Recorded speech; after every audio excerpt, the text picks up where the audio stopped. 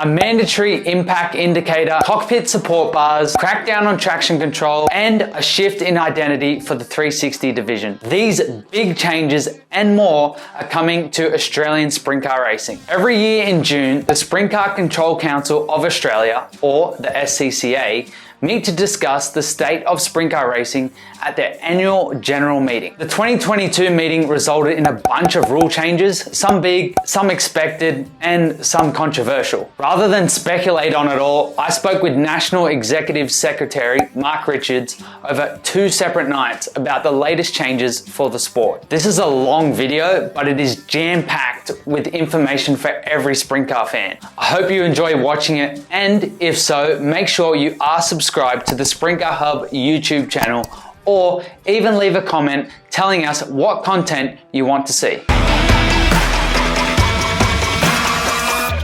Mark Richards, you are the National Executive for the Sprint Car Control Council of Australia. Thanks for making time to join me for a Sprint Car Hub video. Can you explain who you are and your involvement within Speedway? Okay, so Mark Richards, I'm the Executive Secretary of the SCCA, also the New South Wales Club President for the Sprint Car Association of New South Wales.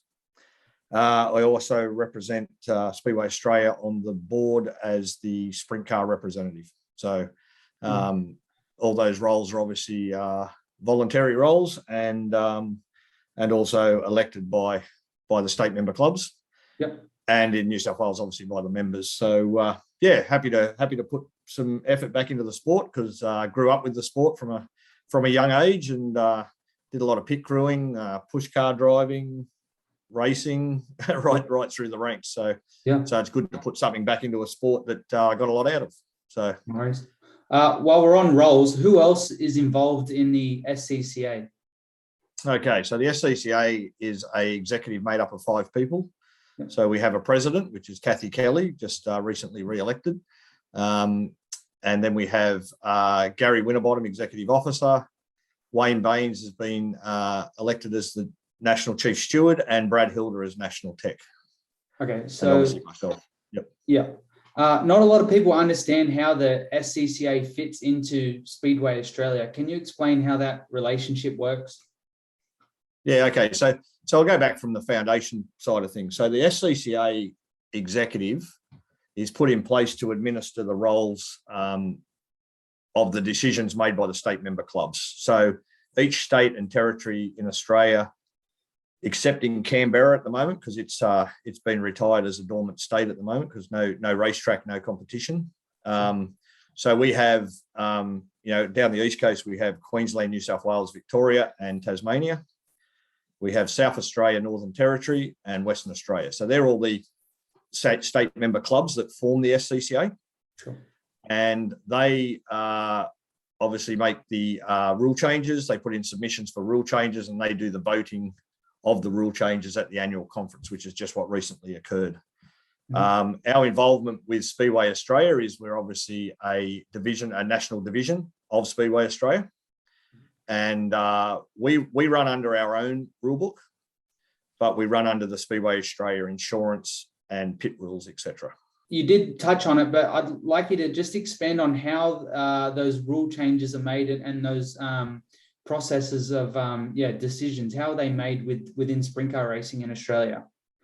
Okay, that's a good question. So what happens is each year, about 3 months prior to the annual conference, which is always held in June, the state member clubs receive an email from the SCCA seeking nominations for any rule changes, any board or executive positions, any constitutional changes, and they have to be submitted to the SCCA.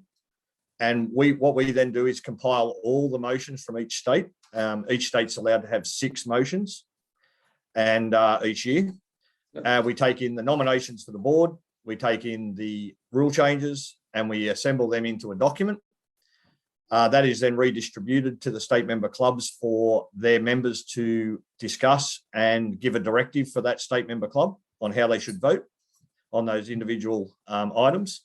And then we take that back to the AGM, and there is a voting process that is a 66% minimum result to pass a rule.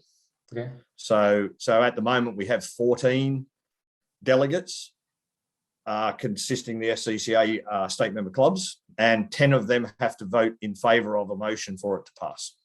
Okay. So when you guys go to the June annual general meeting that you've just had this past, week or two ago? 18th of June it was. Yep. So okay. About a week ago. Yep. So who is involved in the voting? You're saying there's 14 people, did you say? Yeah. So each state member club nominates 2 delegates to attend. Sure. If they don't have 2 delegates to attend, that state member club gets a single delegate with 2 votes. Okay. So they all attend. So for example, we had, if you want me to run through the names, we had Jason McIver attend from the Northern Territory, Ian Vale and Mel Rankin from Victoria. Who do we have? We had Adam Alexander and Kurt Luttrell from Tasmania, Sean McDonald and Wayne Baines from New South Wales, Danny Holden from South Australia, and John Kelly initially, and then Clem Hoffins joined him after the vote as the Queensland delegates. Okay. And Matt Cross and Alan Bain from Western Australia. And do you yourself vote with the other Sprintcars Australian, executives? No, the board has no vote. So the board are only in place to execute the directive of the state member clubs. Okay. So we don't vote in that process at all. All right. Let's get into some of the news. World Series Sprint Cars. Will Australia's only major Sprint Car Championship happen next season or not? And why? Well, that's a big question. So the answer is everybody wants it to happen.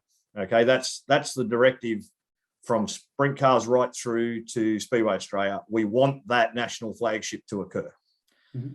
However, there is some complications, and the complications are, I think everybody's aware, there is a massive issue above us about tyre supply, and there is a massive issue about fuel costs.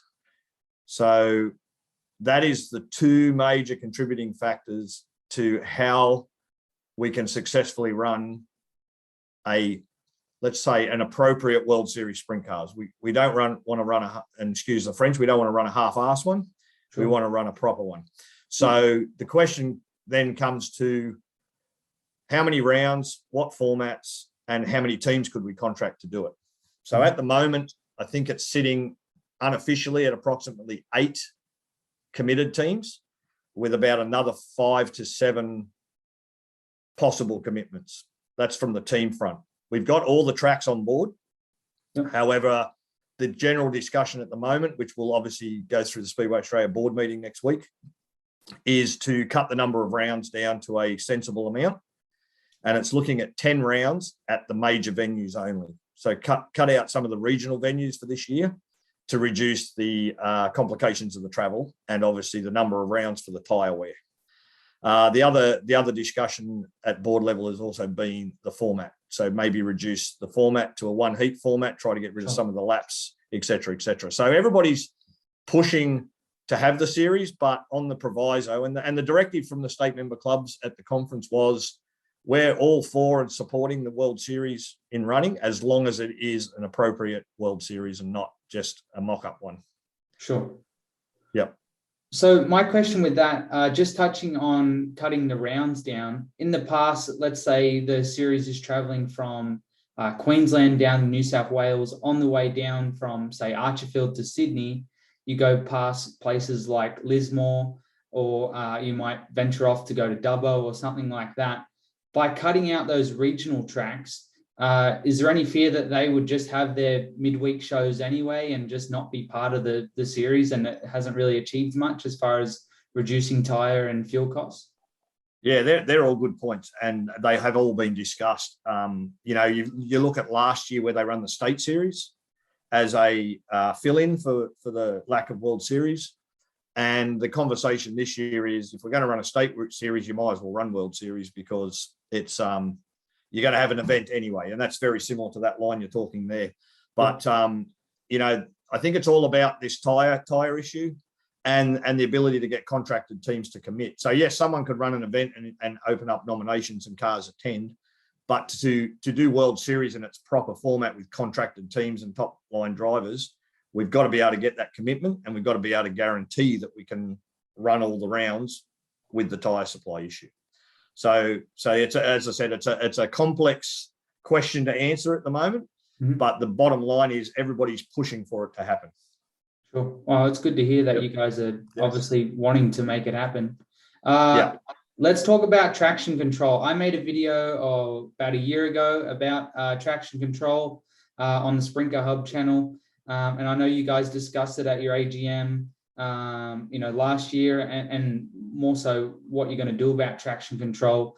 Your recent release after the AGM states that there'll be increased fines and penalties for any drivers or teams caught using traction control. What will those fines and penalties be? And have they been decided on? And when will it be decided on, if not? The fines were increased substantially, I think at least doubled. So I think they were 5,000, now it's 10,000. Okay. There was a penalty for the driver and a fine for the car owner. So that you don't want to get caught with it. That's the bottom line. It's a big penalty to get caught with it. And the general consensus for the state member clubs was it has to be unattractive to get caught. It's no use having a fine that is not representative of the gain you're going to make, perceived gain you're going to make by running it. So, if you're going to be running it and winning major events, you've got to make sure that the fine meets the penalty. So last year, it was agreed by the state member clubs that we would finance an investigation into traction control, even that could be purchasing units, et cetera, et cetera. Yep. We got Kenny Mack from KRE Engines involved to do a lot of the groundwork and investigation into it. Obviously, as a governing body, it's very hard for us to get information because the traction control equipment suppliers aren't readily going to supply a governing body with information. So we got Kenny Mack to do a lot of research on it. He came back at the conference with a report on what his findings were with it. And the biggest challenge with traction control is keeping up with the progress of it. He gave us some key points on detection.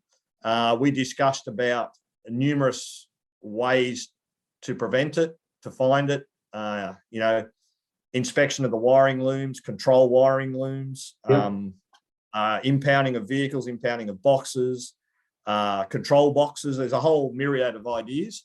But what was also decided was that, and I won't talk too much at this point in time in regards to who, where, and what, because we want to obviously do a little bit of work behind the scenes first, but a state member club will be purchasing traction control devices through a driver for more study and investigation. So the SCCA is funding that.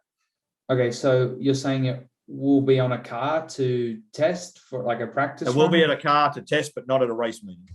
Sure. Obviously, we're not going to put it on a car for someone to get an advantage. Yeah. But there will be some private testing of it and also distribution around all the tech people so that they can look at how it's installed, where it sits, what it looks like, et cetera, et cetera. So we are serious about policing it and controlling it, but it is a minefield of an area because of the constant evolution of it. Sure. So if you look back at early traction control many years ago, back in the day when us old blokes were racing, etc., you could hear it, you could sense it. It wasn't fast enough. The electronics wasn't good enough. You could hear the motor going off or cutting revs, etc. Sure. These days, the electronics are so fast, it's very hard to hear it. A lot of people believe they can hear it, but the electronics is so fast and the controls are so good that you're not going to notice the sound.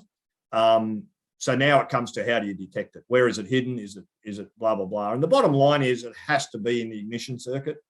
So if we start impounding ignition circuits, controlling wiring looms, something like that, that may take us another step closer. But the first stage is going to be to investigate it with an actual unit.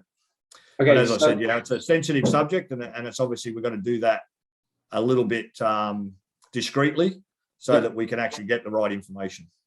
Okay, so with what you're saying about where to start and what the first steps are, that kind of gives me an indication that maybe you haven't really started doing anything in the past. Have you guys done past checks? we've done checks of various things based on information gained. So checking for wiring, checking for changes to the ignition box. You know, we had the clear cover on the ignition box with the SCCA seal. So all those, you know, probably 10 years ago now, the boxes were sent out for inspection, and then they were put a clear cover on the back and they were sealed. So that like was the random first one. stage. Random ones. Well, there was one year there where everybody's box had to go. It was part of the rule book. So this goes back a long time now. There was some issues with the clear cover back on the boxes, with them keeping them sealed and making sure they didn't get moisture in them and stuff. Sure. So that sort of was there as a deterrent, but I don't know if it was really a solution.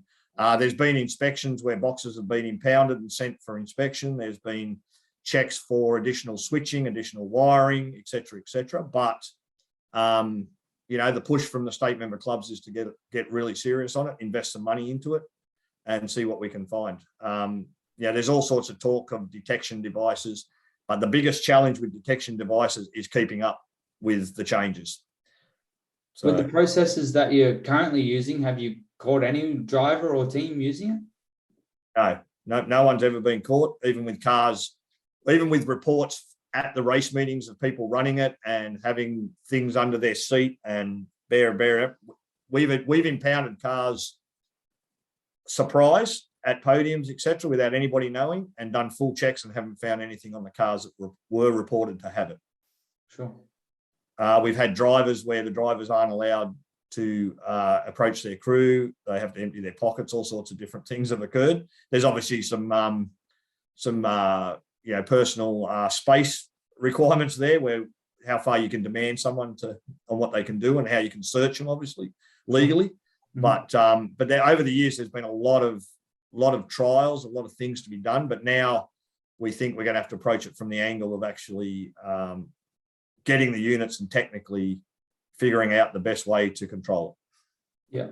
When you do test for traction control and even other areas like tire doping, or do drug and alcohol testing, all those sort of pre and post checks at the racetrack, whether on the car or the driver or the team, how do you implement them throughout every race? Is it only major races? Is it just at random? You know, how, like I raced for 7 seasons in sprint car racing from 2010 to 2017. And I was never once asked to do a drug test.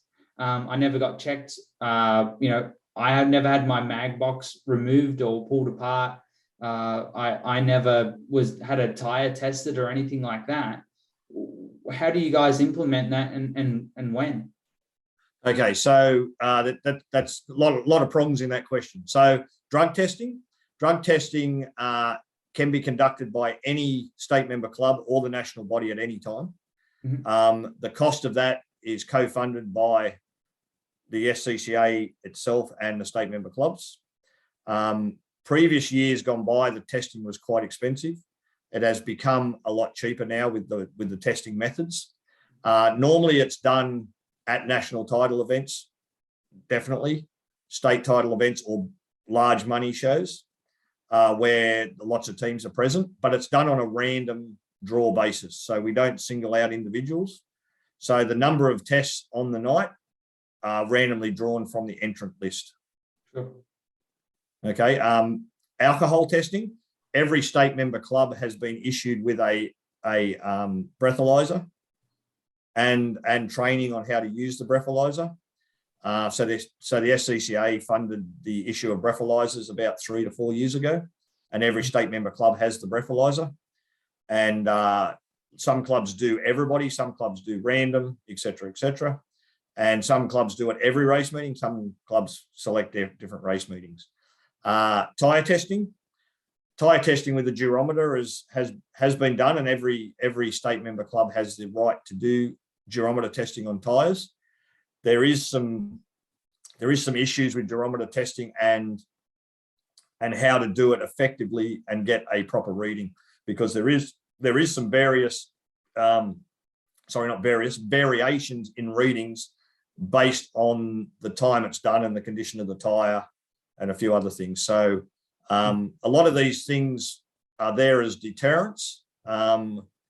and are tested randomly from time to time. Mag box again, was random back through your career and mine, and I had never had a box tested either, but I had fuel tested, I had alcohol testing, but I never had a drug test. So, and then you have other drivers that have complained to me that they don't believe the process is random because they've had 4 drug tests in, 3 seasons, and it is totally random. They're just unlucky to have their number pulled out of the hat on the night, and that's it. So does the SCCA have a responsibility to make a set a minimum standard of checks that the clubs have to do for every event, or do you just kind of let it happen as it is? Okay, so that's obviously up to the state member clubs. They've obviously understand the guidelines of the rule book and what can and can't be tested, and including scrutineering and technical specifications of the vehicle, safety equipment, etc. However, a lot of it comes down to availability of volunteers and staffing on the nights, and what they can and can't do and how much they can and can't do. We've been lucky in New South Wales where we've always had a good team of people, and our scrutineering's been quite thorough, even though we've been running 50, 60 cars a meeting. Other clubs struggle for volunteers and do the best they can on that front. National titles, obviously every car passes through scrutineering, and we have a team of four to 6 scrutineers to do that, and we test everything in the rule book that we can practically do within that period. So we do about a 20-minute inspection on each car. And what about after a national title? Is there thorough checks done to the place getters? Yeah, so every engine is bubbled for cubic capacity after the race. Okay. Engines are sealed, tagged, and sealed. You can request your engine to be tagged, to be bubbled and tagged prior to the event, or if you are a top 5 place getter, your engine will be bubbled and checked.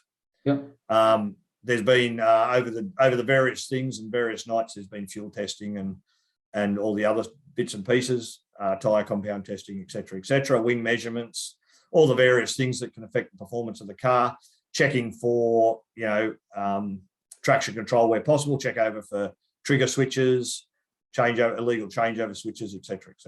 So just getting back to traction control, is there any indication that you might really do some research as far as pulling apart the mag boxes and inspecting them after the place getters at a national title?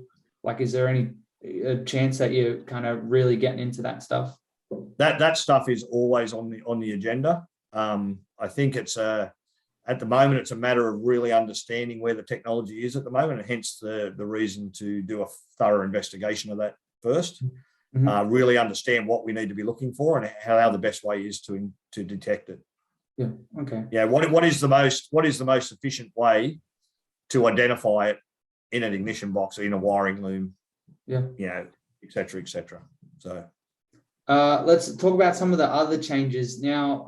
Support bars were introduced for the sprint car chassis. They're the bars that run kind of vertically but kind of horizontally beside the driver to support the cockpit. They're kind of, in the States, they've kind of called them gravel bars after his crew chief wanted them introduced after his crash. I think it was in Volusia in Florida about 4 or 5 years ago. Australia is finally moving to implement them. How did that come about? Okay, so last year they were optional, so they were in the rule book as a part of the chassis, but they weren't mandatory. This year, as a natural progression, the next phase is to make them mandatory with a phase-in period, so that they are now part of the rule book. There was an incident down at Murray Bridge where a car contacted the fence roll cage into the fence, which caused the cage to collapse. And obviously National Tech was there. I was there. There was a number of people there that took note of where the chassis came down and what the issue was. And that really pushed the agenda to make them mandatory. There's been a lot of talk from competitors that they affect the performance of the car, so that they weren't going to run them if everybody didn't have to run them because they didn't want to be disadvantaged. The other talk is that they don't affect the chassis of the car. So the bottom line is once they become mandatory, everybody's got to run them and everybody's in the same playing field. And from a safety perspective, I think it's it's a no-brainer.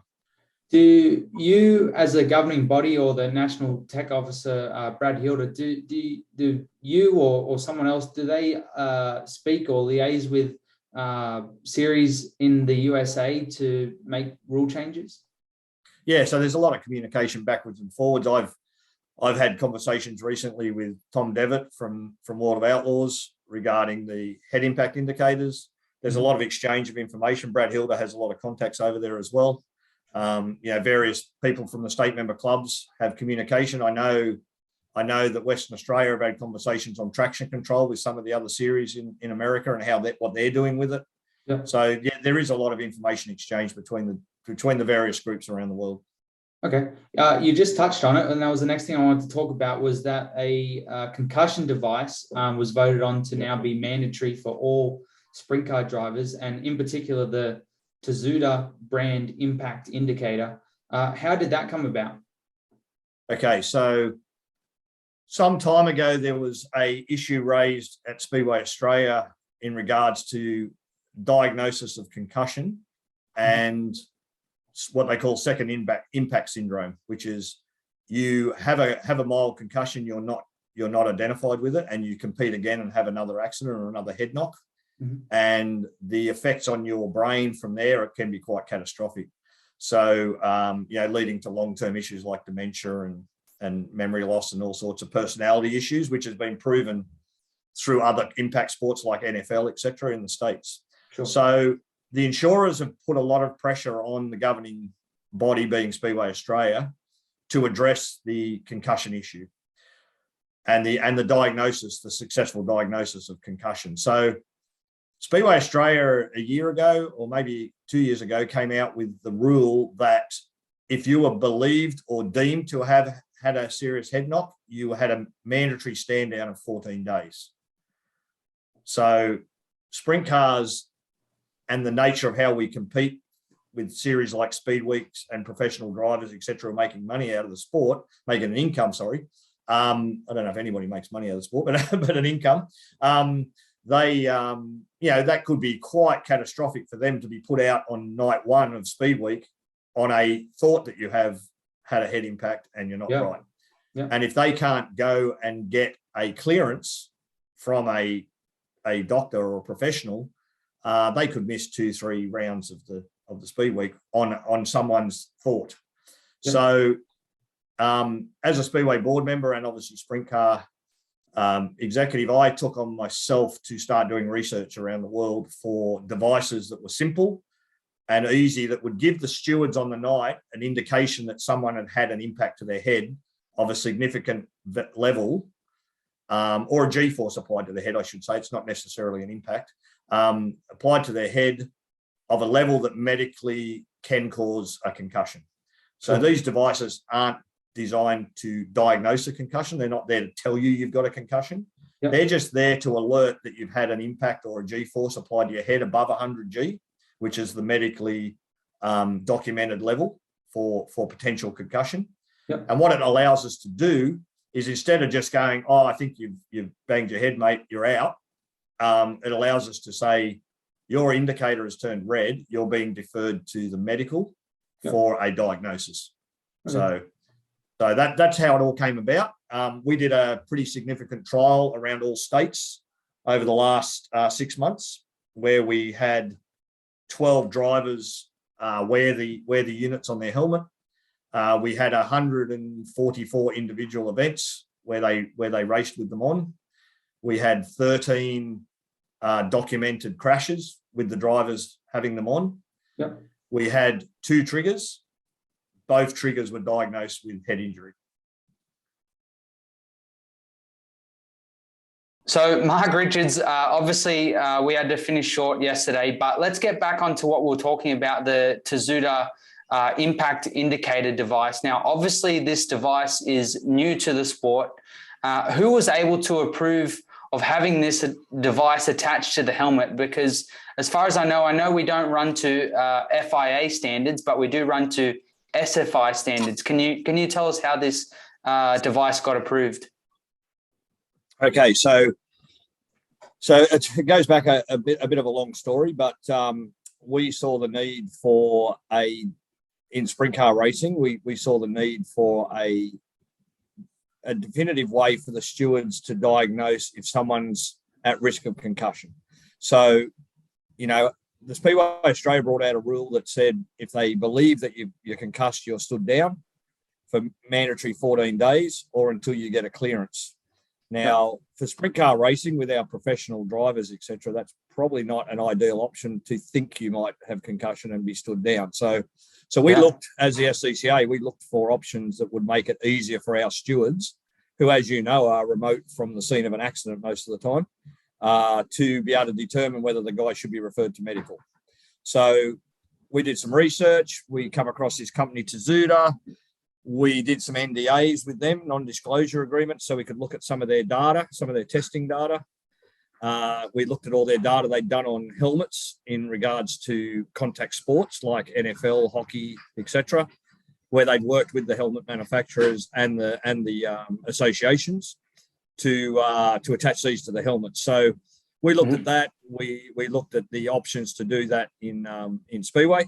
We spoke with Tozuda about that, and we then looked at doing the trial. We approached Speedway Australia and the insurer, Gallagher's, who does all the personal accident insurance and public liability insurance for Speedway Australia and all the racetracks, drivers, etc. And everybody endorsed the product as a risk management tool. And obviously involvement with some people on the Speedway Australia Safety Committee to talk about what we were doing, and even assistance with some of the photographing and testing we did prior to putting them on drivers' helmets was done with one of the members of the safety committee. Okay. One question I have, I know I've seen the people in USAC, the drivers in USAC use a device that I think is FIA approved. Was there ever any consideration to use that device? Okay, that's a different device. That device attaches to the vehicle. Yeah, it's not for person impact. It's for vehicle impact. So it attaches to the side of the seat or the roll cage of a car, and it was designed for management of impacts to the car and making sure the car's safe. So it's a slightly different technology, but FIA actually developed that unit. But it doesn't attach to the driver, so it's not for personal impact, it's for vehicle impact. Okay. When you first showed me this device at Eastern Creek Speedway a couple of months ago, you told me that you're working on behalf of Tozuda, the brand that supplies the indicator. Correct. Is there any conflict of interest, considering you're also on the board who voted to make the device mandatory? Yeah, of course, that's going to be a perception of conflict of interest, but I've gone well and truly out of my way to ensure that doesn't occur. So I don't participate in the voting process. I've presented the data, presented the items, but I don't participate in any of the votes, being that SCCA or Speedway Australia. And also I made a mandate. I made it quite clear to everybody that I had to get involved with the company for the patent to be extended to our region, because they only had a North American and European patent. They never had an Asian or South Pacific patent. So for them to spend the money to extend their patent, they needed someone to look after the product for them in this region. And that extends to all different sports, whether it be equestrian, skateboarding, motorcycling, push bike riding, you name it. There's anything that involves a helmet and an impact is where they're interested.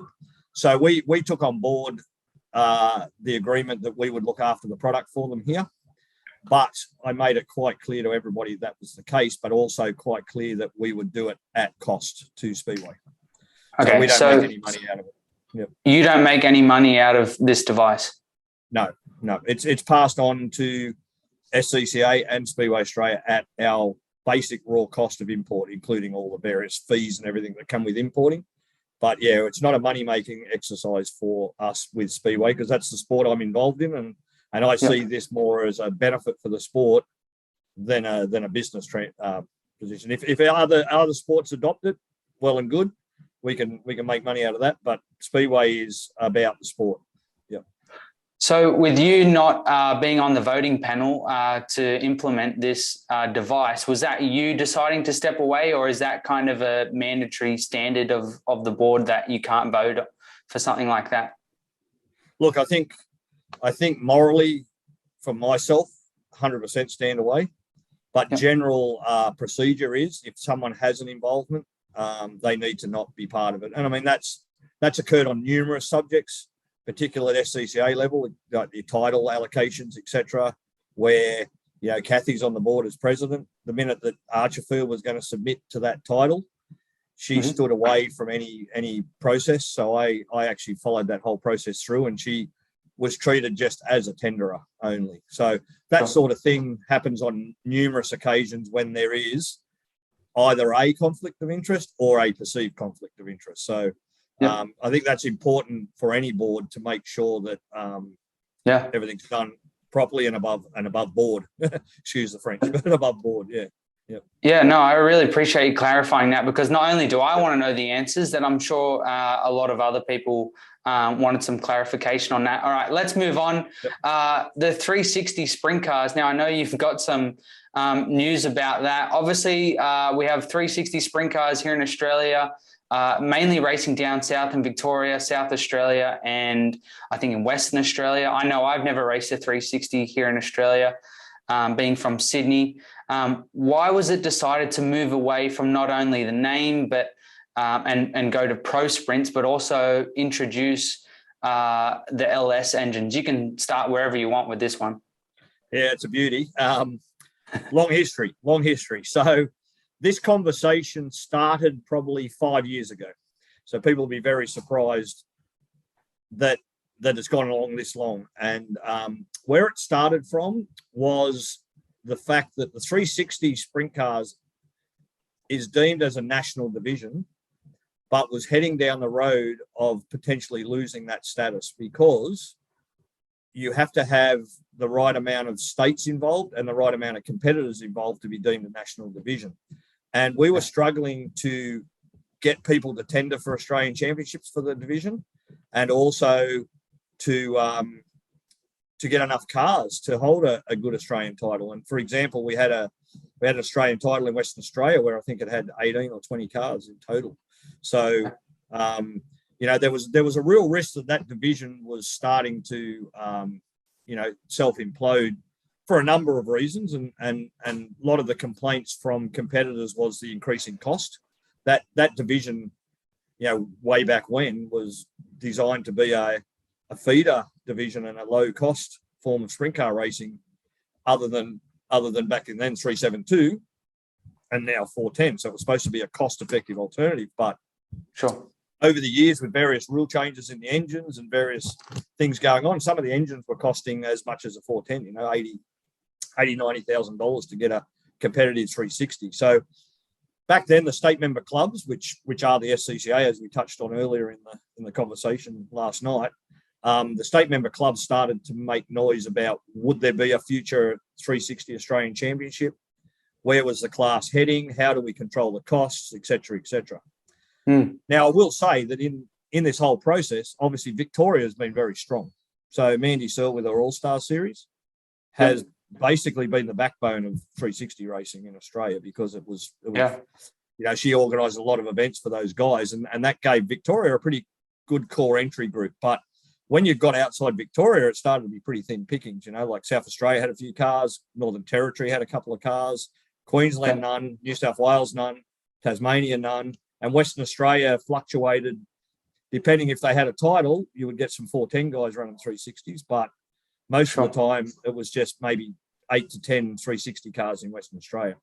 So we could talk about this for ages, about the whole process, but cut a long story short, there was also some talk about this new engine, crate engine package that was quite reliable, quite cost effective, good good longevity, good spacing between engine rebuilds, etc., and quite controllable as an engine. So in the background, there was a lot of work done in investigating the CT525 or the LS3 engine as a suitable engine to be introduced into 360 racing.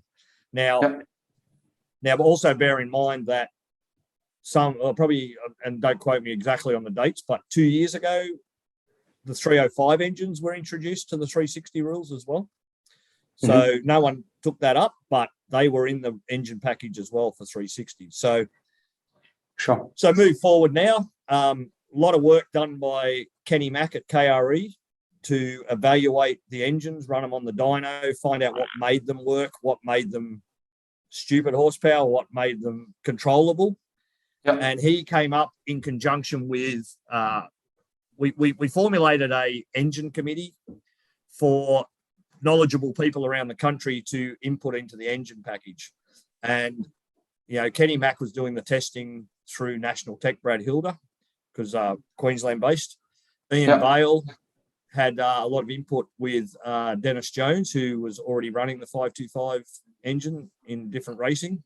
Okay. And Alan Bain from Western Australia. So those people all came together. I chaired the management group, and we went back and forward with all different types of rule options, cost-effective options to keep the car class controlled. And a engine package was decided on with specifications released, which basically aligned with all the 525 engines that were currently running in the country. So you didn't have to go and change your engine, but had some good restrictions on what components you could put in to keep the cost down, and obviously not get the performance out ahead. So rev limiting, a few other bits and pieces and stuff. So move forward to your question, engine name change. Yeah. So the state member clubs put forward the suggestion that 360 was probably not the right name for that class anymore, because it will incorporate the existing 360s plus the LS3 engines and the 305s, etc. So the talk was, a motion was put forward at the conference to say, what do we want to call this class? And there was lots of suggestions, lots of different names, lots of different things going around. And the state member clubs decided that Pro Sprints was the name. It was a division running in I think Knoxville with some LS engines. So that seemed to be a name that everybody sort of emanated to. And and it's not about doing anything with the 360 class as such. It's all about trying to build the class and get it national. So, we want these engines to be running in New South Wales. We want them to be running in Queensland. We want them to be running in Tasmania. We want it to become a true national class. And, if you look at, the title for next season's been awarded to Murray Bridge Speedway.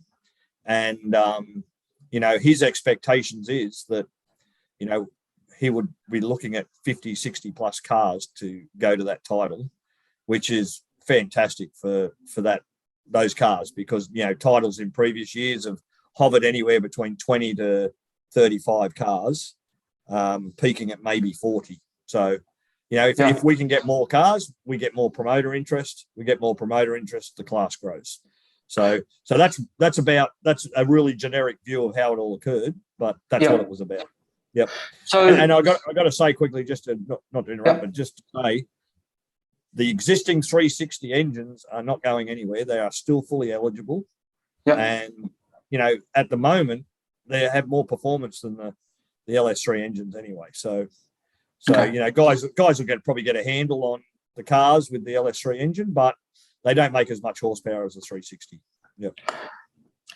So with that, I've seen some comments, obviously on social media, and heard from people that, obviously the people involved already with the 360 division, that they're not totally stoked with the changes. Listening to you say that there was like a bit of a committee put together to properly implement this new LS engine. I know that you said that Mandy Sell from the All-Star Series runs a successful series. Was Was she contacted or involved with the decision of changing a division that she's kind of put a lot of work into over the last, well, a lot of years? She wasn't directly involved because she's not a delegate or a part of the state member club process. So she's, applauded for what she's done with that series. It's fantastic, but she's not in the state member club delegate level. So that's where all the conversations occur. She was aware of what was going on, and I don't want to put words in Mandy's mouth, but Sure. it's not an attack at her All-Star series. It's not, she can run her All-Star series as she's always ran it. It's last year she didn't want any LS engines. LS engines were available to run last year in the 360 rule umbrella. They were passed last year, not this year. The specifications were worked on through last year, but she made the choice last year that the LS engines weren't part of her sub rigs, which is her choice. It's her series. However, we would encourage that, for everybody's sake, that they are invited to come, and she can grow even more numbers in her racing. So, I think it's a great thing. Personally, and this is just me personally talking, I think it's a great thing to try get that class to become bigger and bigger. And I've seen comments. I mean, there's lots of social media comments, and I'm not going to name names or point fingers at people. And I make a point of not getting involved in social media conversations. So sure. But obviously, I see the comments, and people share the comments and stuff. And some of the comments are founded. People are concerned, but a lot of them are uninformed and don't understand the process. So, there was a lot of comments about the SCCA executive making this decision and doing it for their own vested interests and stuff. It's not an SCCA executive decision. It's a state member club decision. And we have to administer the result of that. Now, obviously, the executive aren't just a bunch of puppets. We have input. We can make comments. Sure. We can put our opinions forward, but we don't get to decide what the vote is. So, and it was a very strong affirmative to make this happen. And we're going to push forward and make sure this is a success. And, while it'll be a little bit of a shock for some aspects of the sport, they shouldn't be seeing it as a threat. They should be seeing it as a way to improve their division and give them more racing and more cars and stuff like that. So, yeah. You're obviously wanting them to embrace the changes. So 100%. When you make these sort of decisions at a board level, do you kind of take into account whether it would, say, increase the prize money in the sport? Does it bring any more people through the gate? Does it decrease the cost of an engine rebuild? Like, are those the sort of things that you throw up in the air and kind of work out with the other people?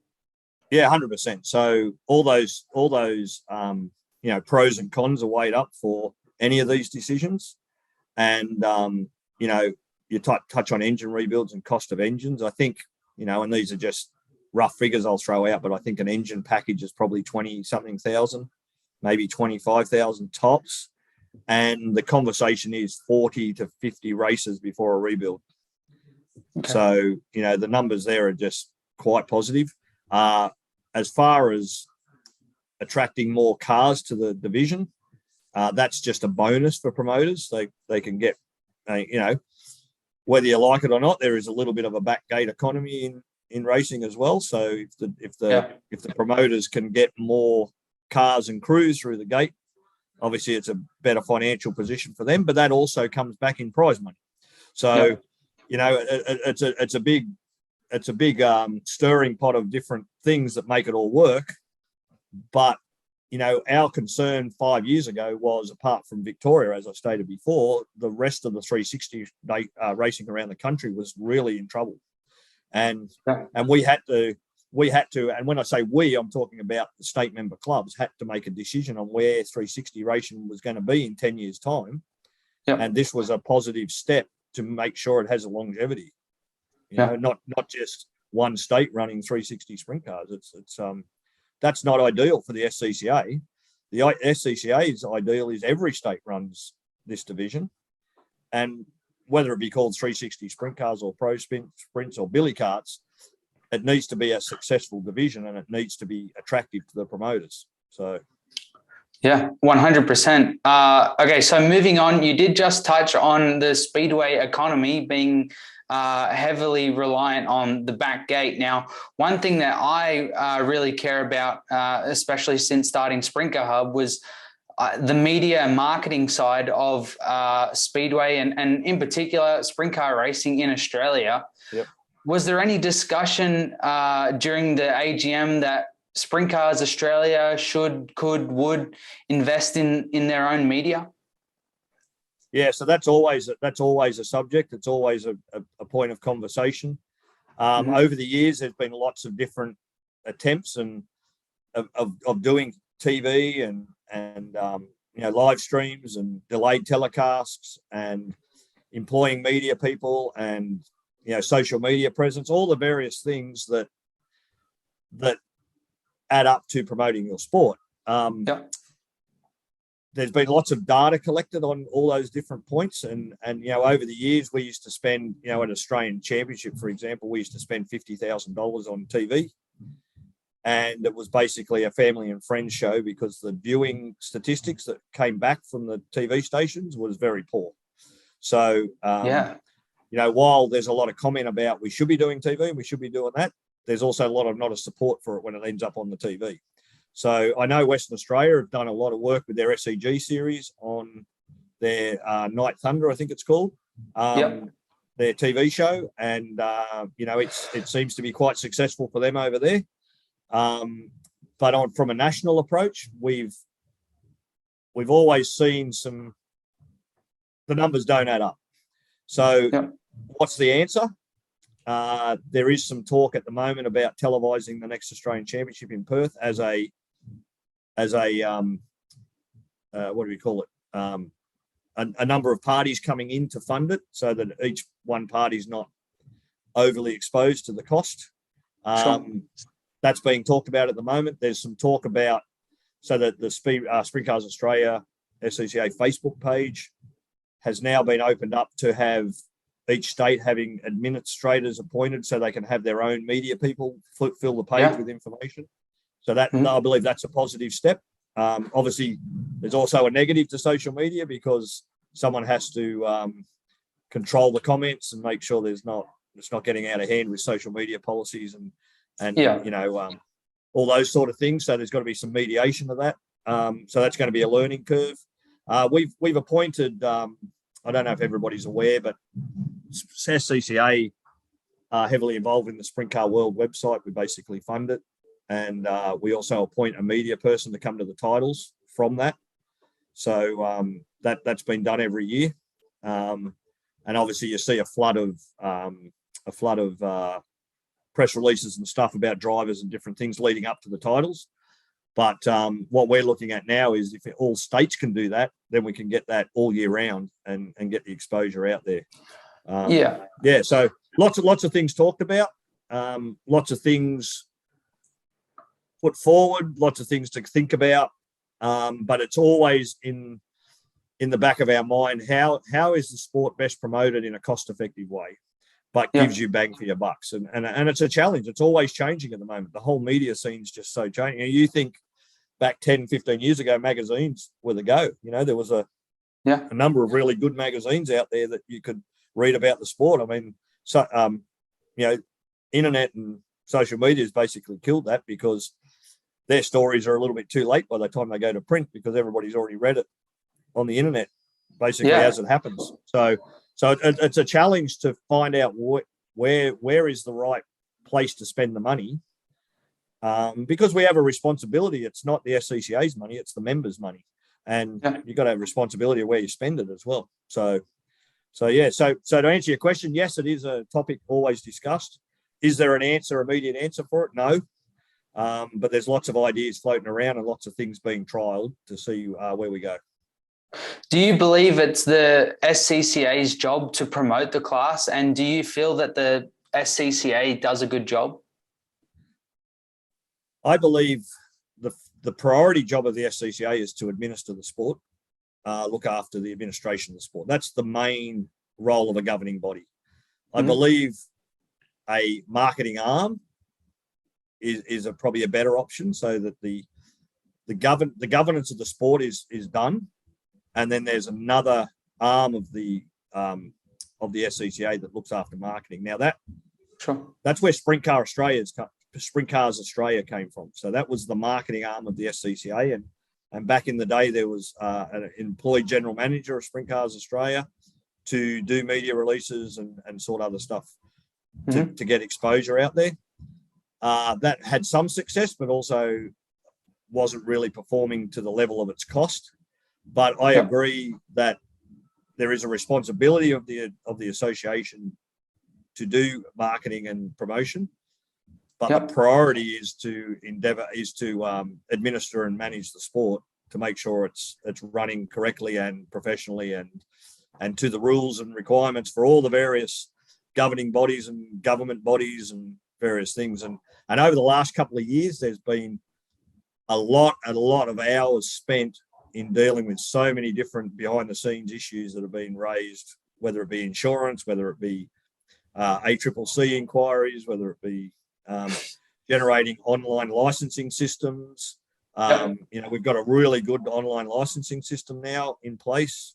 We're going to grow off that. That's going to become a database where we can keep information, all sorts of stuff. So there's a lot of stuff goes along behind the scenes that probably take away your focus a little bit from marketing. That's not an excuse. It's just reality. Everybody on this board is a volunteer and they're doing it in their own time. And, at some stage, maybe a marketing arm is created with employees to do it. But I think you have to be very precise on where that goes and where you spend the money.